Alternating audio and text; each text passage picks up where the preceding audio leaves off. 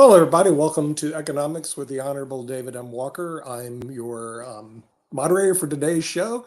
And what we're going to be looking at today will be something that may interest everybody here, which is called tax policy, especially in the United States of America. So with that, I'm going to see if my wonderful screen can share because I want to set the stage for this, if this thing would work for me. It's one of my favorite things. There it is. This is called American for Tax Fairness. So we're just going to brief you on this particular issue.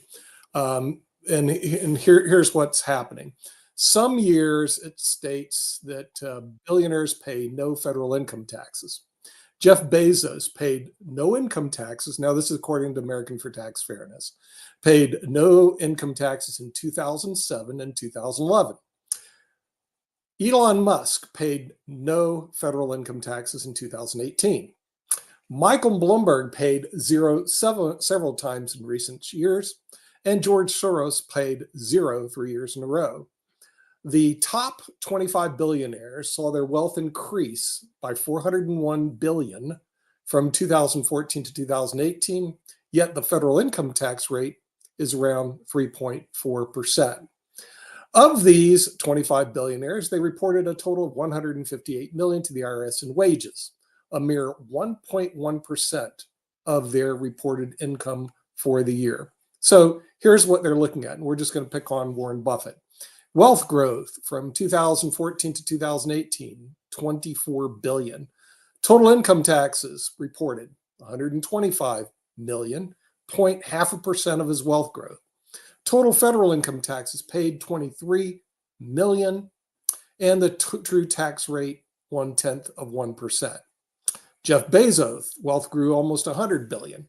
Income reported 4.2 billion. Total federal taxes paid 973 million. True tax rate 0.98%. So as we go on with this, which we don't want to bore the viewer, it looks like that the billionaire class, and I'll call it that in the United States, is doing very, very well in paying very little taxes and increasing their net worth substantially. So with that, we're going to bring in the former, oh, by the way, in the meantime, the United States is going broke. Okay, seriously.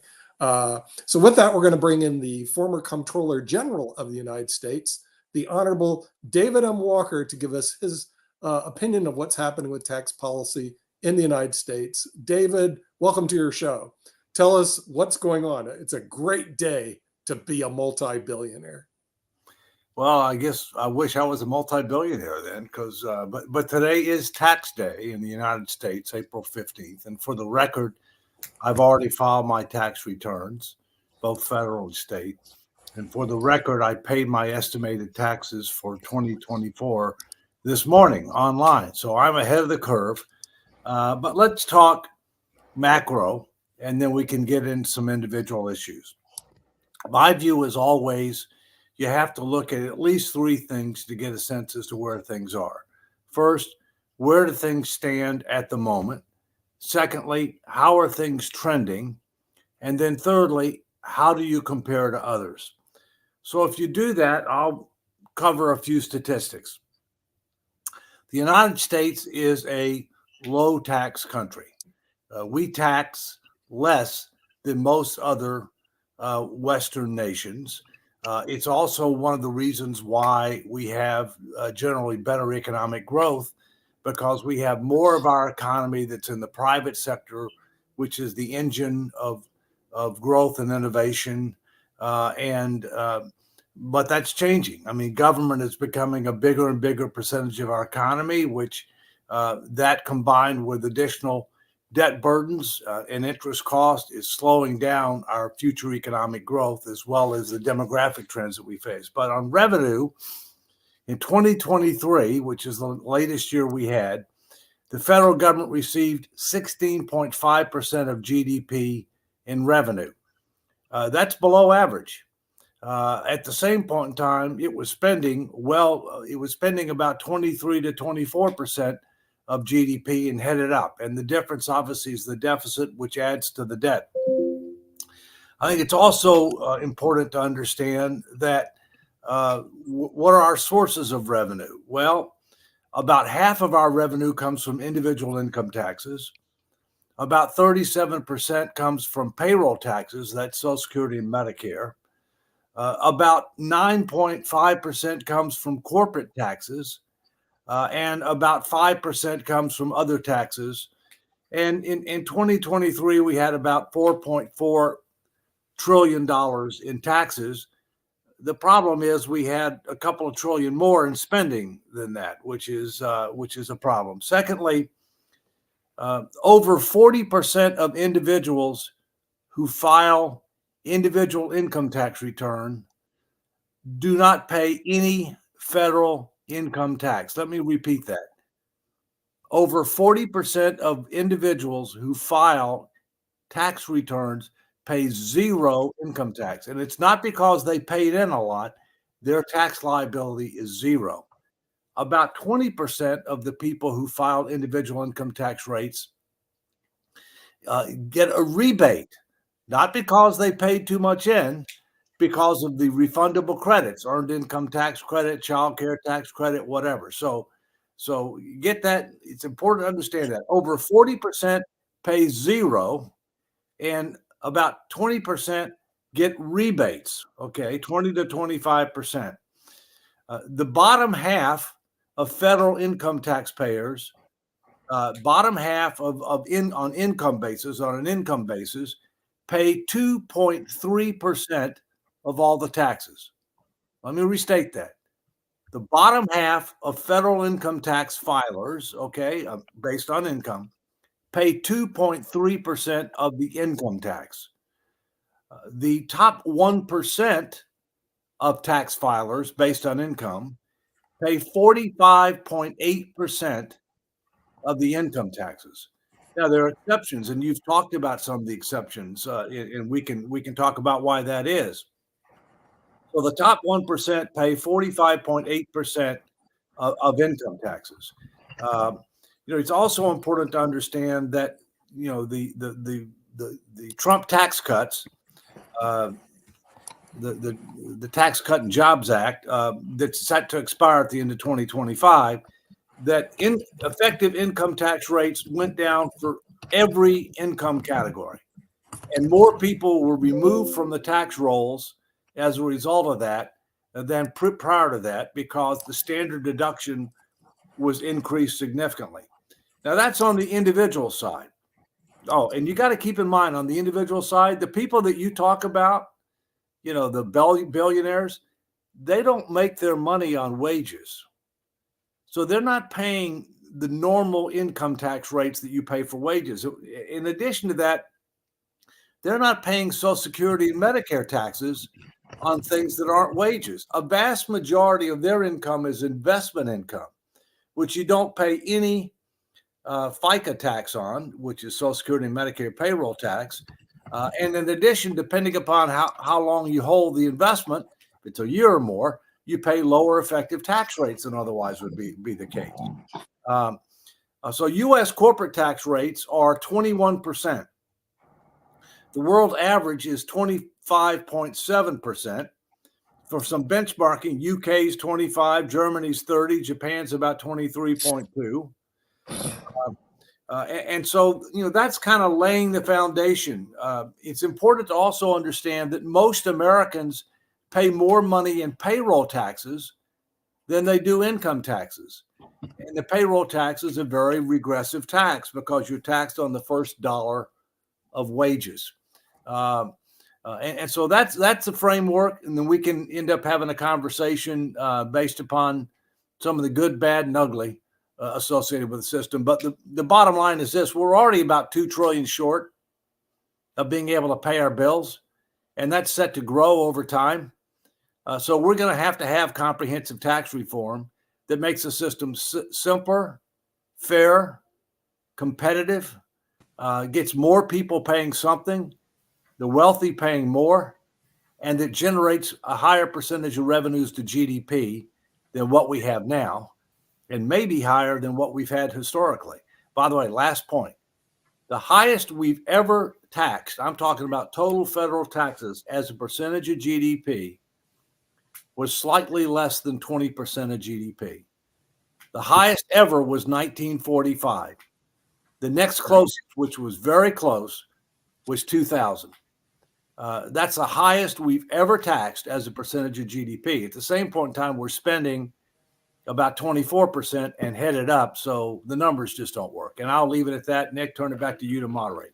Yeah, Rick. Two things. Correct me if I'm wrong, because I often am. But aren't revenue shortfalls pretty much a tax on everybody, because you have to print money you don't have, which creates inflation, which people have been facing for the past few years, which seems to affect people on the lower end of the economic spectrum more than super rich people. That's thing one. Thing two, I was looking at charts of federal revenue from corporate taxes, and it looks like back in the 40s and 50s, revenue from personal taxes versus corporate was pretty much even, and now we're getting 3 times as much revenue from individual taxpayers as we are from corporations. Well, we're getting almost 5 times as much revenue, but the difference, Rick, is there's been much more globalization since the early 1950s. So corporations are just running off to other countries to have their tax haven. Well, what's happening is you've got to stay competitive with other countries, because if you're not competitive with other countries and you're a global corporation, now not all corporations are, as you know, many corporations are subchapter S and they get taxed as individuals, and they're not global corporations to do that.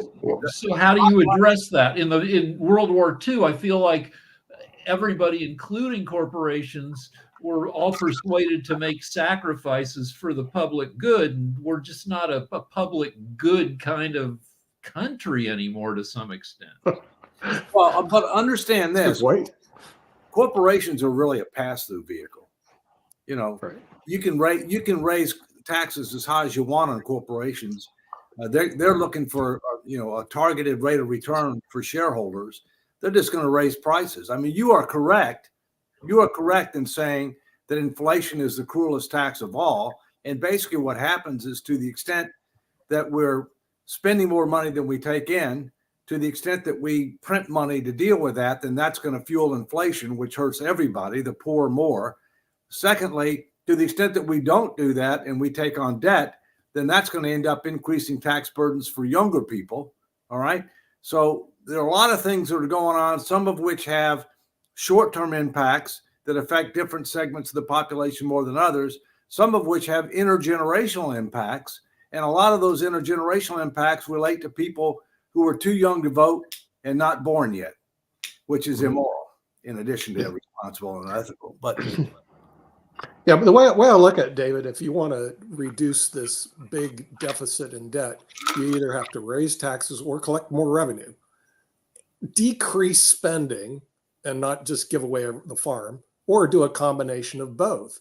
When you look at what's going on right now, the tax code is so full of, they call it loopholes, but basically tax advantaged planning that you can do for a client that allows many billionaires, but also multimillionaires and also decamillionaires, and frankly, people to take advantage of the corporate system. Blake Christian, who's usually on our show, today is tax day. I invited the CPAs, but I knew they weren't going to be here because they're tied up, doing extensions. When you file this late, usually file extensions. Okay, but he specializes in opportunity zones. I call it the wonderful world of Oz. The average person on the street don't even know what Oz is all about. But what it is, it allows anybody who has a built-in capital gains. For example, if I decide someday to sell National Pension Partners, okay, we're going to get a nice big 7-figure check. And then we have to pay a huge capital gains tax, which has been reduced. It's 20%, but it's going to be, $400,000 or $500,000. And I go, I don't want to pay anything. How can you avoid the capital gains tax? You take your gain, you reinvest it in opportunity zones. You buy buildings in opportunity zones. There's 2,000 of them. I have a whole book on it in the United States. You hold the real estate for 10 years, then you sell it, you pay nothing in capital gains taxes. Seriously. Okay, there are things like that built into the Internal Revenue Code that allows wealthy people to basically reduce or eliminate their federal income tax or capital gains tax. When you have a tax structure set like this, it really, there's a big advantage to having capital in the United States and be wealthy than if you're a wage slave and you're forced to go to work for somebody and you're forced to take a salary, then you're forced to pay Social Security, Medicare taxes, federal income taxes.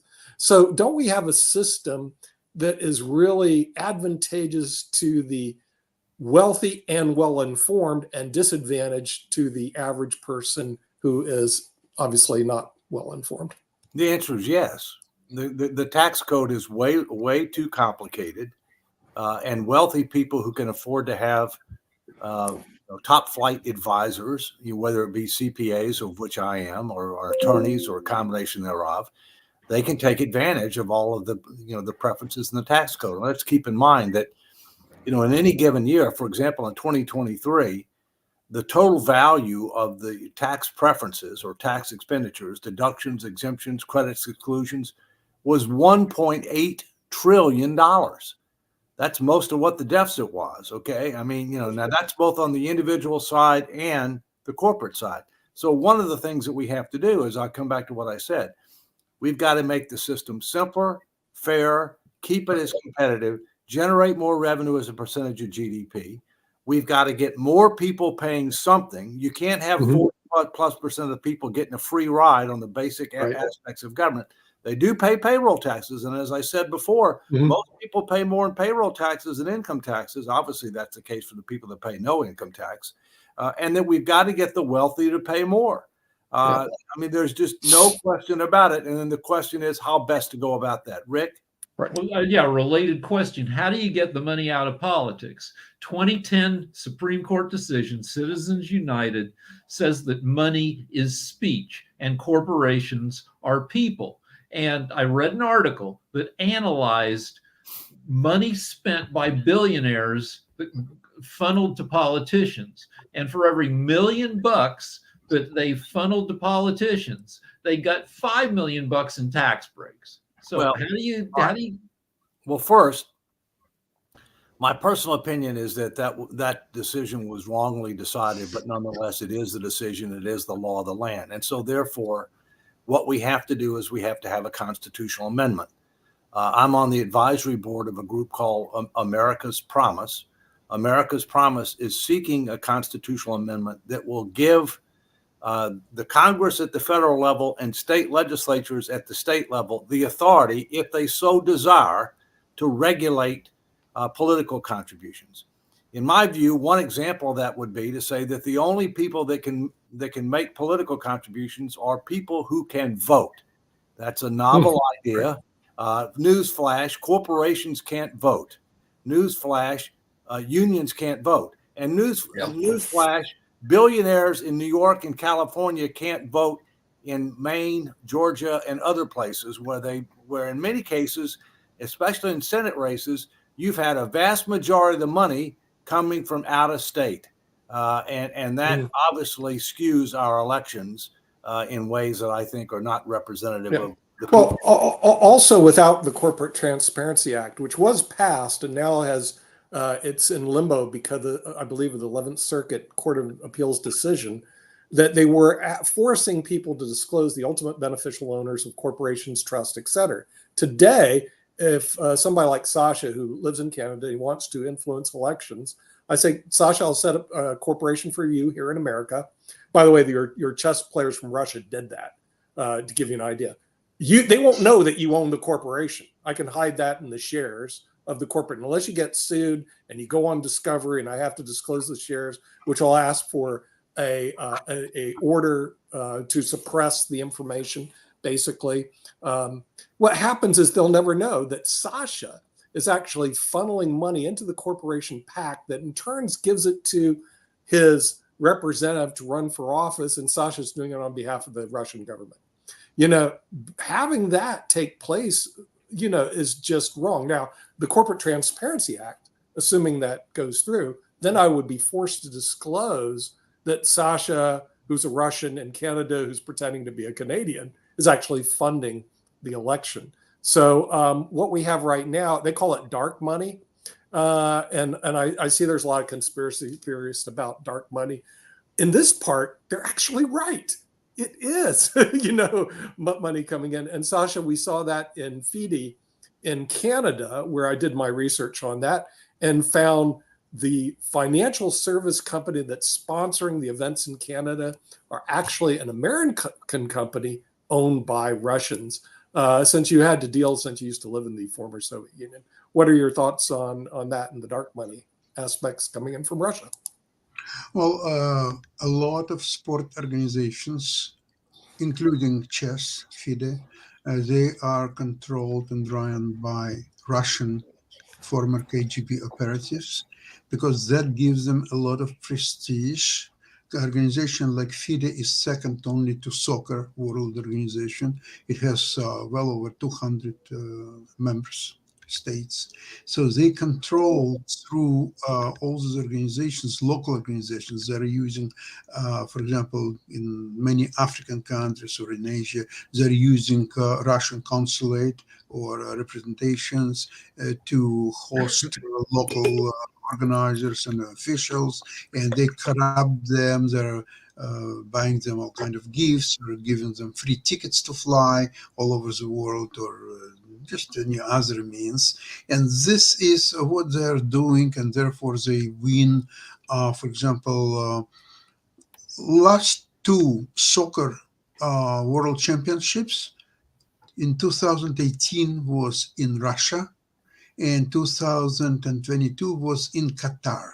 Both were bought and organized by Russian operatives. That's how they got the votes to hold these championships in these countries. And so is FIDE. They've completely corrupted Canadian chess organization. For example, several years ago, exactly 10 years ago, there was a question, who would be next president of FIDE?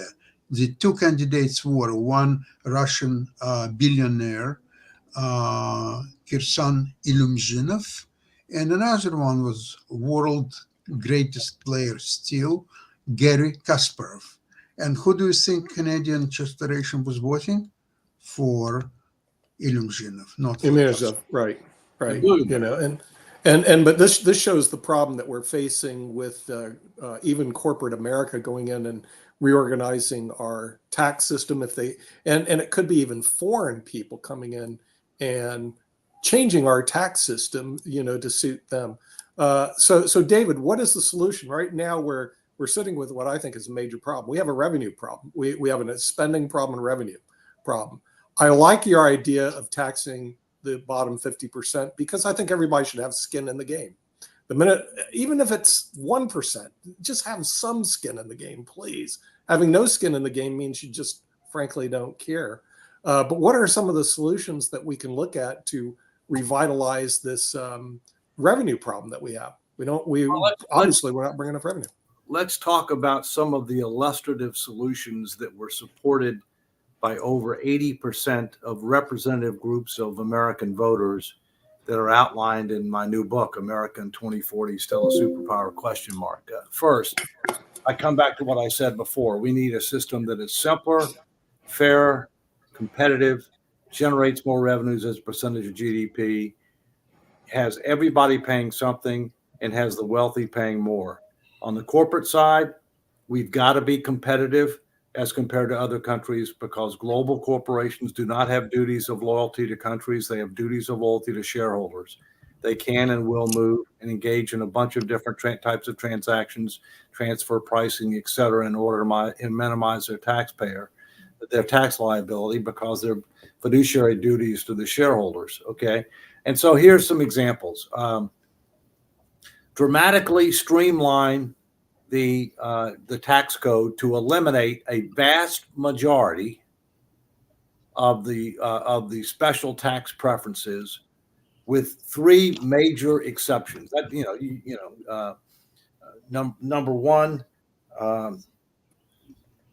number one would be retirement programs. The federal programs, which are Social Security and Medicare, are not adequate to provide adequate retirement income security throughout one's expected lifetime. And therefore, there ought to be tax preferences for retirement programs within reason. Secondly, there needs to be a tax preference for mortgage interest deduction for one home, not multiple homes, with the maximum amount of mortgage where you could get interest deduction would be the conforming loan level, which varies by region of the country, but nowhere is it $1 million, which is what you're allowed right now. Okay. Thirdly, charitable contributions. With bona fide charities, because if the government's going to do less, there's more of a need to be able to provide for charitable contributions. So, I mean, the big three that would be kept are those big three. Now, there could be some others kept, but most would be eliminated. Okay. You would have a standard deduction so that, if you will. And in addition to that, the top tax rate would be 28%, but it would apply to all forms of income, including investment income. And therefore, the wealthy who get most of their money through investment income would end up paying a 28% tax rate, not a much lower tax rate, which they pay now. All right. On the corporate side, again, this is illustrative. Take the tax rate to 25%. It was taken down to 21. That's lower than what the agreement was. 25 was the agreement. The average tax rate in the world is a little over 25% for corporations, so that would still be very competitive. Tighten up dramatically on the R&D credit, because there's a hell of a lot of abuse on the R&D credit. Okay. Allow for a deduction for dividends distributed, because that would encourage corporations to either invest or distribute to shareholders and discourage buybacks. Okay. And furthermore, tax on a territorial basis, not on a global basis. So you tax based on U.S. profits, not based on a global basis with a credit for the other. So those are examples of things. They would make it simpler, fairer, more competitive, maintain competitiveness. Oh, by the way, there would be some minimum level of taxation that everybody would have to pay. Maybe, whether it's 1%, whatever. There's some minimum level of taxation that you would have to pay. But the effective tax rate for the wealthy would be significantly more under this, in large part because they would have to pay a much higher tax rate for investment income. But, if the top tax rate's 28%, that's not going to undercut investment. That's the general. How does a changing economy have the potential to affect our budget problems? We were an agricultural country, then manufacturing, then service. Now we're turning into an information processing economy. And also you got these behemoth countries, India and China, rising up. And then also you got the Middle East on fire. How does all this...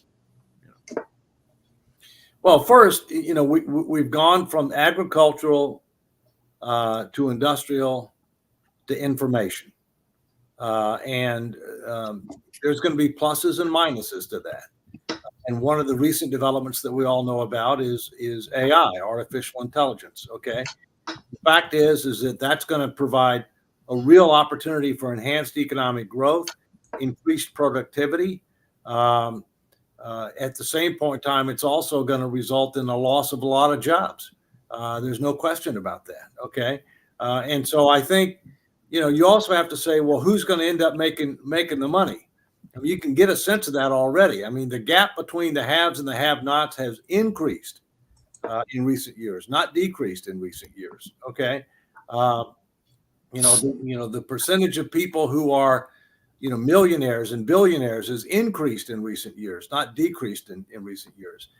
And the poverty rate, despite all of the poverty programs that we have in this country, the poverty rate is not dramatically different now than it was before we declared war on poverty. And yet we have a lot more people who are dependent on government programs than we did before. So, there are a number of, fundamental systemic challenges that we face that we haven't come to grips with, and we need to, because they're not working in our favor. Hey, David, just really quickly, what can we do to make things more efficient, even from the government standpoint and all along those lines? Because I can tell you that I have recently, over the last couple of months and everything, got a couple of those rebate checks that you were talking about. I've actually got to get ready to cash a couple of them, but they were from things that were filed back in 2020 or 2019. So it's taken them about 5 years to realize that they made a mistake and to actually correct the mistake that they realized that they made on their part. So that seems like a very inefficient system if it's taking them 5 and in some cases 10 years to correct mistakes on the part of the government. So what can we do to make things are more efficiently done? Well, first, the government is not a model for economy, efficiency, effectiveness, productivity, innovation. I could go on, Mark, but you get my message. It's a lag indicator, and in addition to that, we pushed out trillions of dollars in special payments as a result of COVID. There was at least $1 trillion of abuse associated with that. And yet the government never set up the congressional commission that was supposed to oversee all of this, because they really don't want to know, and they don't want the public to know how bad it was administered and how much fraud, waste, and abuse resulted from it, if you will. So, look, government has grown too big, promised too much, subsidized too many, lost control of the budget. We need to kind of step back and say, look, what does government need to do? Because there are some things government actually does need to do, okay? What level of government should do it? In general, you want it to be as close to the people that you can, dependent upon what the nature of the activity is, okay? How should it be done? How should we measure success? And how much in resources and authorities do you need in order to be able to do that? So whether it's direct spending, whether it's tax preferences, whether it's regulatory actions, whether it's enforcement actions, we haven't done that. Basically what ends up happening is we've added more and more government entities, more and more government programs. The measure of success is how much of a budget do you have? How many people do you have?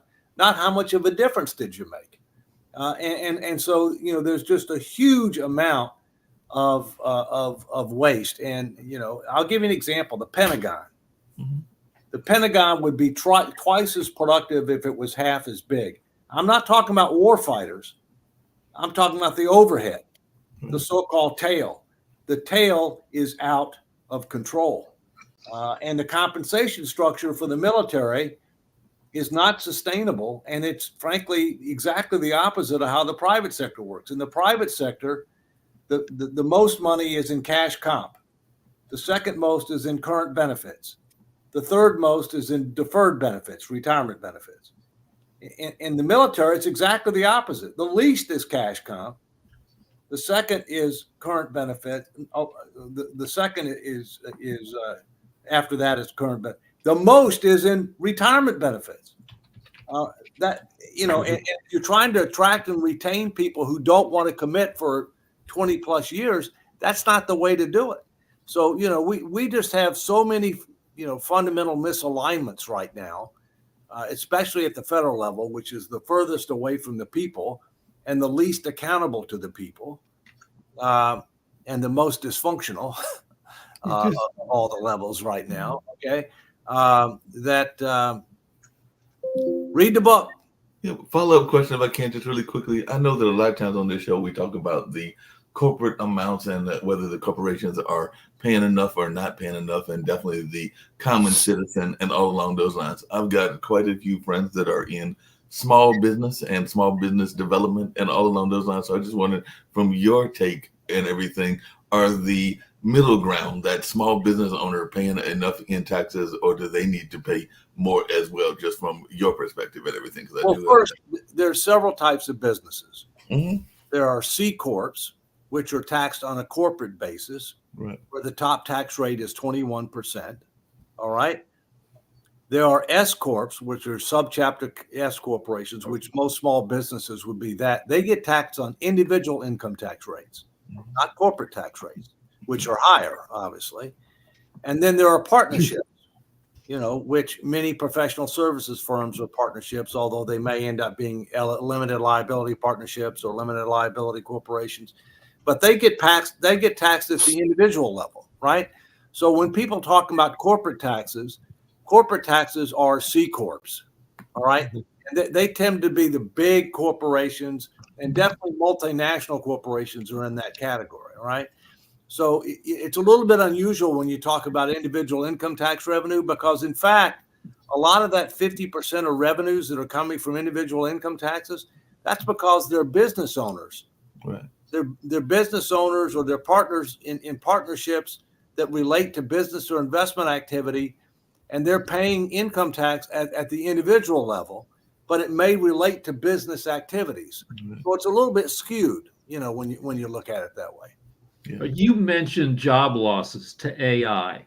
So some small European countries and 24 US cities are experimenting with universal basic income, which is a fancy name for socialism, where everybody, just by virtue of living in Mountain View or Santa Fe, you get some money just from living there from the government to help you get by. So is that what we're going to have to do, or what are alternatives if we start having job shortages because tech is taking away jobs? Well, first we have to rethink our whole theory of, for a long time, the theory was everybody needed to go to college and everybody needed to have a college degree. That's a flawed theory. We need to do a much better job, as other countries do, in determining what are the macroeconomic needs of the economy. How can you match macroeconomic needs with the economy, with the skills and knowledge and interest of the individuals in the country, and with regard to the immigration laws that you want to have in order to promote economic growth and be competitive on a global stage. We haven't done any of that. We haven't done any of that. Okay, our K through 12 education is not top 25 in the world. We're not top 25 in math and science. We don't teach financial literacy. We don't teach civic responsibility. So we don't need nip and tuck. We need dramatic reconstructive surgery. What should the government do? How should the government do it? What level of government? How do you measure success? And how do you end up aligning to make sure that you can get the best return with the available resources? And that's going to mean, among other things, that we're going to have to significantly reduce projected spending. And one of the ways to do that is to get out of things that we shouldn't be in, and the things that we should be in, doing a lot more economically, efficiently, and effectively that we do. Okay. And there's ways to do that. Okay. But it takes a president and a concerted effort across the entire government to take it on. Now, frankly, I did this at GAO. When I left GAO, we were 13% smaller in headcount, 1/3 less offices, eliminated a layer of management, reduced the number of entities from 35 to 13, totally changed our performance metrics, better linked our performance measurement reward systems to compensation, promotions, and things of that nature. Increased our productivity 50 to 100% by leveraging technology and a variety of other things, and increased return on investment for the taxpayers by over 3 times. It's not rocket science, but it's hard work, and it needs to come from the top. Should we add a grade 13 then? You talked about training for all sectors of the economy. You get an extra grade of school that prepares you for a job, or it gets rid of a year of college, so you don't have to pay some college $80,000. Or it provides an alternative. I mean, there are plenty of trade schools that you can go to. Okay, I mean, there's junior college you can go to. I mean, my son-in-law is the chief electrician for the Marine Corps Museum. I mean, he makes good money. He didn't graduate from college, but he's a certified electrician, makes good money, is happy, and can support his family. So there are alternatives. You don't necessarily have to do it through the regular school system. Well, what you do have to do through the regular school system is financial literacy and civic responsibility. That you got to do through the regular school system. but trade activities and all of that, you Right. don't. I mean, Yeah. keep in mind the regular school system's not working too well right now, and the one that is decent and competitive on the global basis, which is college and university, costs too much money. Yeah. Sasha. David, I'm listening to your programs almost all the time, very seldom missing one. And it seems to me that what you are preaching is highly impractical, and I'll tell you why. Because you're talking about real life, real government, real president, real cabinet ministers. They are all there not to do anything what good and just for America or America's people.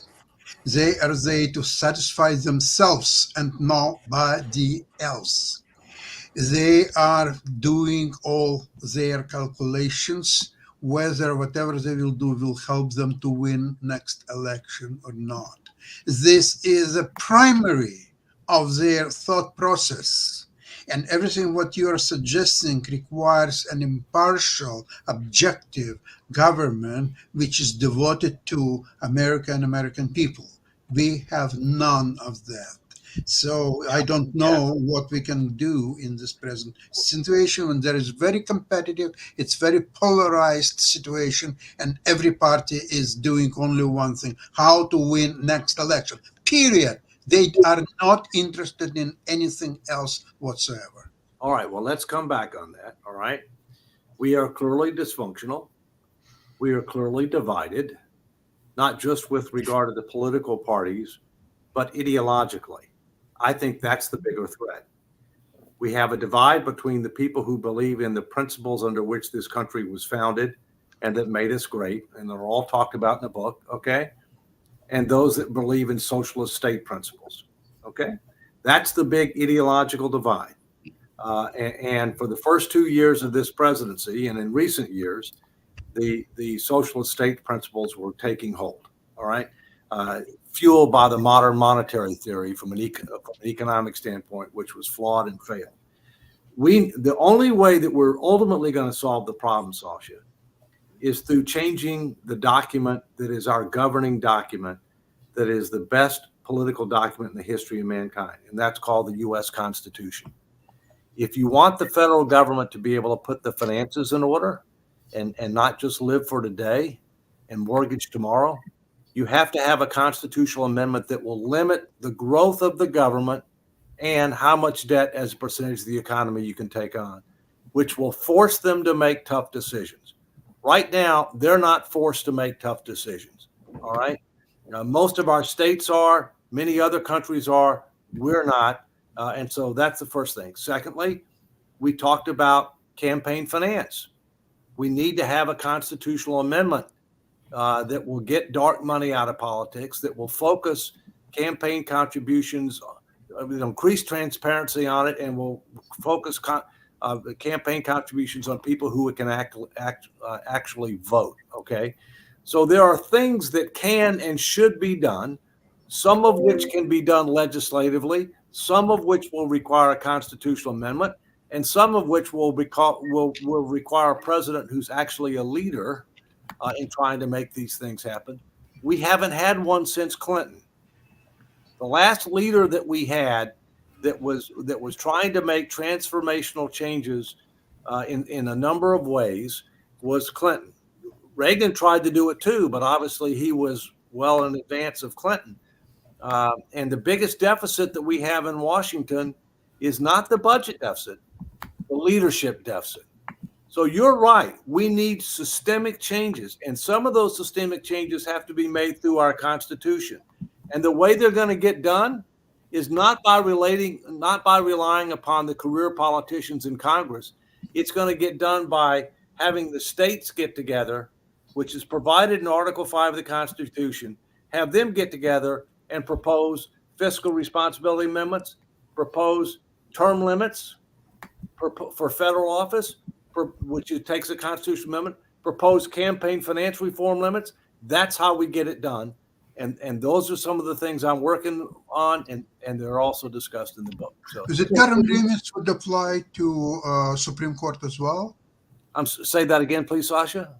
Term limits would apply to Supreme Court as well? That I didn't propose that. Some people have proposed that. What I proposed was 12-year term limits in Congress, which means 2 terms for the Senate, which means 6 terms for the House, unless you convert it to 4-year terms and elect half the House every 2 years. You might provide a little bit more flexibility for the top 4 positions of leadership in Congress. I didn't propose term limits for the Supreme Court. Some people could argue that that's appropriate as well. Right. It So doesn't matter whether it's term limits or age limits, right? I mean, yeah. Or both? Or both, yeah. So shoot down my claim here that we're not very socialist. The Heritage Foundation has an economic freedom index, which ranks countries from totally capitalist to totally socialist. And we're the 25th most capitalist country in the world. And, when you look at the ones that are in the top 10, it's like Singapore that has 5.5 million people and is basically just a city. So they can do stuff. They're at like 90%. They can do stuff that we can't. So I feel like we're not that socialist. Well, first, I don't think we're not even top 10. You're saying we're 25. Okay. But the highest ranked big country. Okay. Well, so I guess what I'm saying is I don't think 25 is good. But that being said, I'm not talking about absolute. I'm talking about the trend.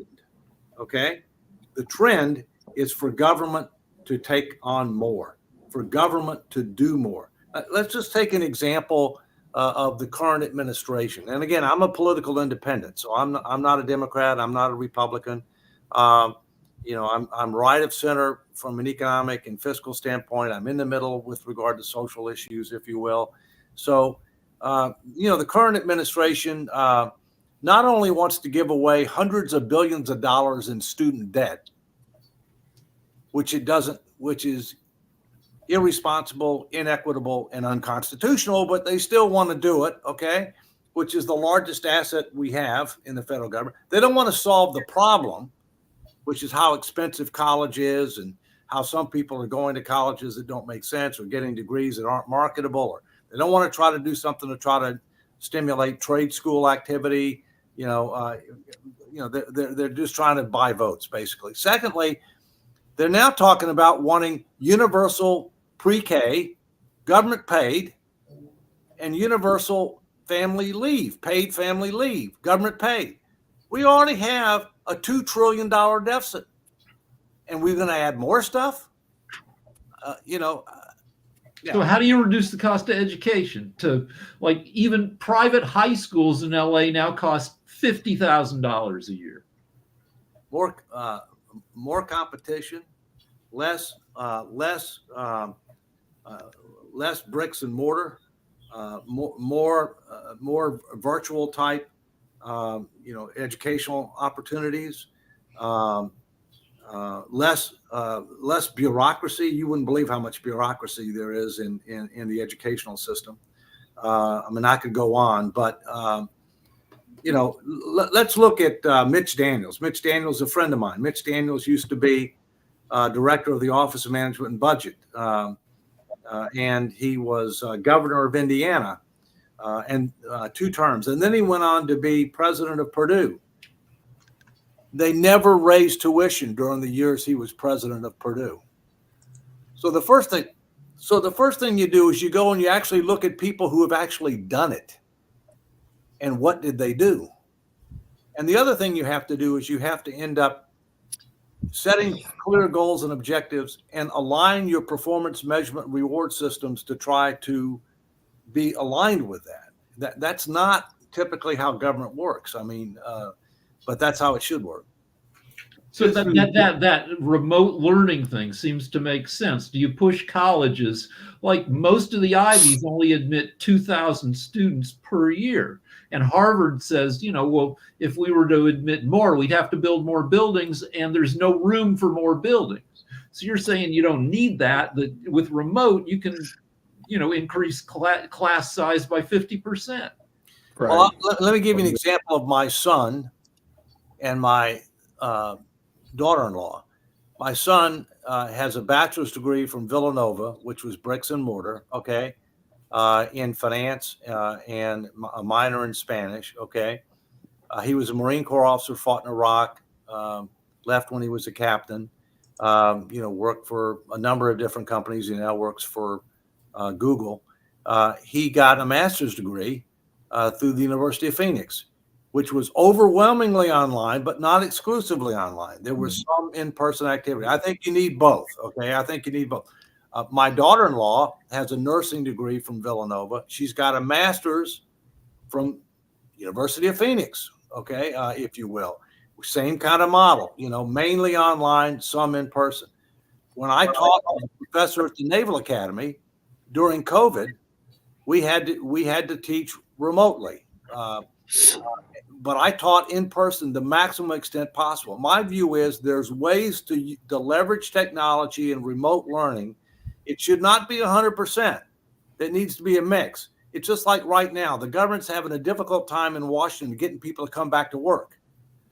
They like working at home and not having to dress up, having more flexibility, right?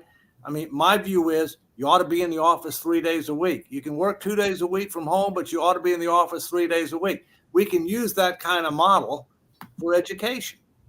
My degree is from an online. Yeah. I'm a terrible in-person student. In classroom, I fall asleep. I wake up in a puddle of drool, but I can learn on my own.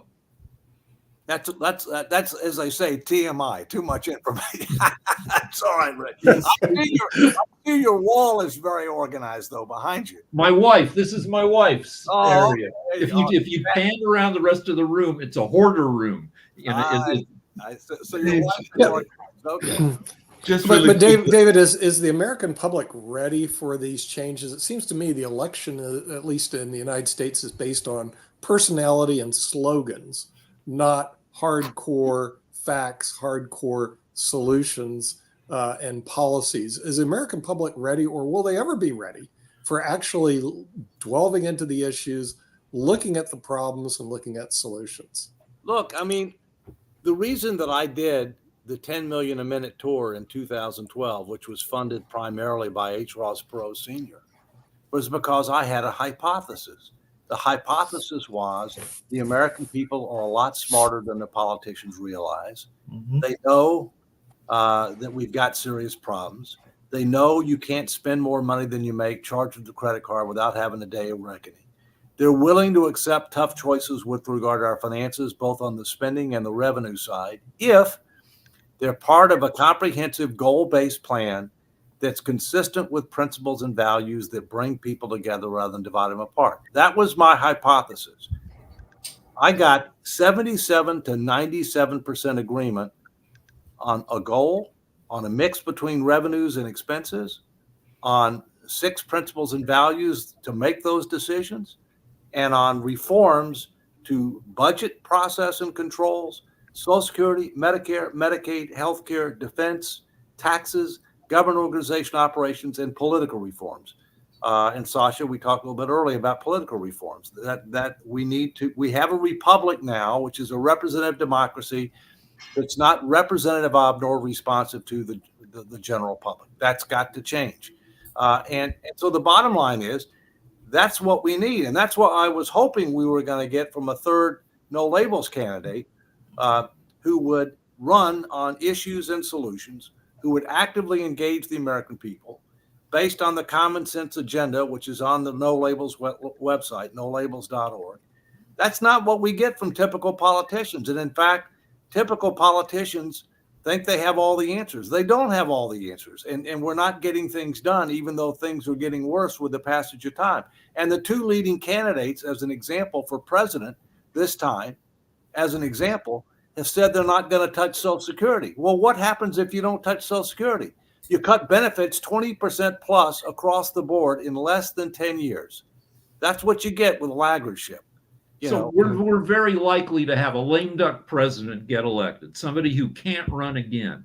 Does that mean that between 2025 and 2029, you can persuade either of these guys to do some unpopular stuff, take away like some of the goodies in the budget or raise taxes or Yeah, Rick, in theory, the answer to that is yes, but if you don't have the president, you're not going anywhere fast. Okay, so you have to have that, but it's not just the president. I mean, I think Sasha said it very well earlier. He said, the main thing that career politicians want is to keep their job.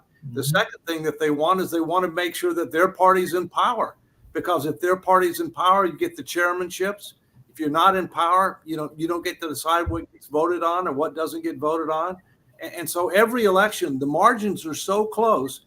Every election is about control. That's one of the reasons we're so polarized, is because, the margins are just so close. If the margins weren't as close, you'd be able to get more done.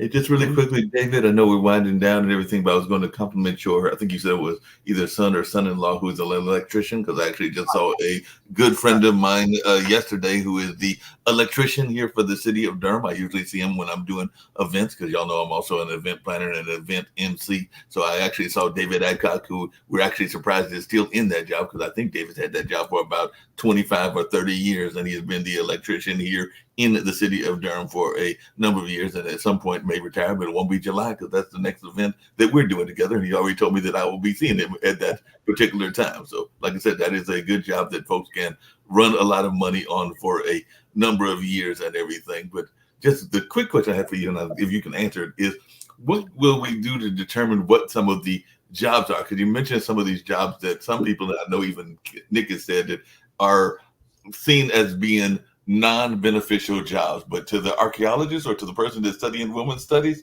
they actually think of that job as being something beneficial, and there's the reason that they are studying those fields, even though they might not be having the kind of benefits that other people would like of society. Well, I think you have to match micro and macro. Okay, I mean, let's take the Germans as an example.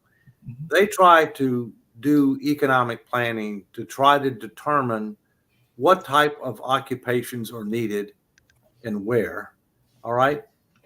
That's macro. And then what they try to do on a micro basis, but they do it nationwide, is they try to determine what the skills and knowledge and interests of their people are. All right. So this is what the country needs.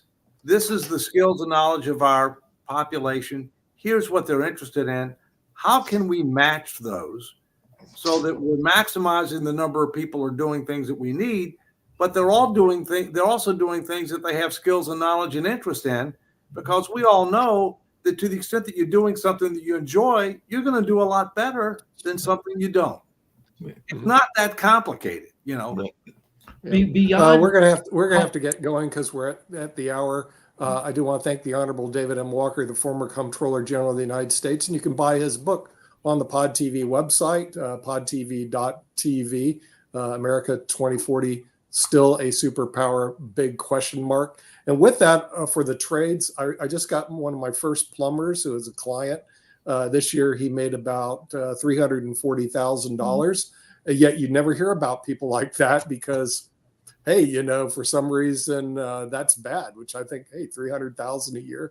Well, being a plumber is not a bad thing. Maybe we should talk a little bit more about that. We'll see you next week on Economics with the Honorable David M. Walker. Take care. Bye-bye.